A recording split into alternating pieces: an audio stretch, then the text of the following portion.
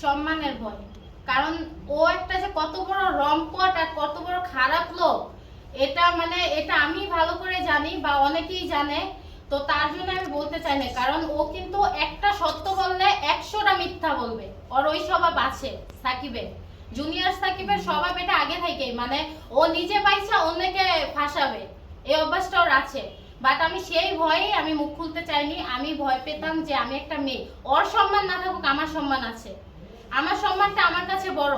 কিন্তু ও বলছিল, ও আমাকে বলেছিল তুমি কখনো মুখ খুলবা না বা কারো কাছে কিছু বলবা না, যদি বলো তাহলে তোমার সমস্যা হবে, তোমার সম্মানহানি হবে, এমন কিছু হবে তুমি মুখ দেখাতে পারবা না, মানে এরকম থ্রেট আমাকে দেওয়া হয়েছে। আমি যতটুকু জানি ওর চরিত্র এতটা খারাপ, ওর কাছে একটা দুইটা না লক্ষ লক্ষ মেয়ের সাথে ওর অ্যাড আছে, ঠিক আছে?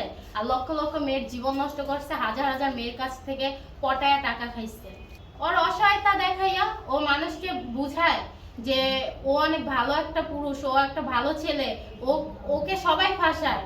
ও মানে কান্না করে করে বলে, মানে ওর কথায় মেয়েরা ইমোশনাল হয়ে যায়, তার জন্য ওর মায়ের পরে বাধ্য হয়। ওকে মেয়ে পছন্দ করে তা আমি জানি না কেন করে, কিন্তু আমি যতটুকু জানি যে ওকে মেয়েরা শুধু ইউজ করে, তাছাড়া আর কিছুই না করে। মানে ওর ভাগ্যে সেরকম মেয়েই আসে, ঠিক আছে, বাট 2 দিন বা 4 দিন, তার বেশি যায় না। সেটা আমি জানি না, ওর ব্যক্তিগত ব্যাপার।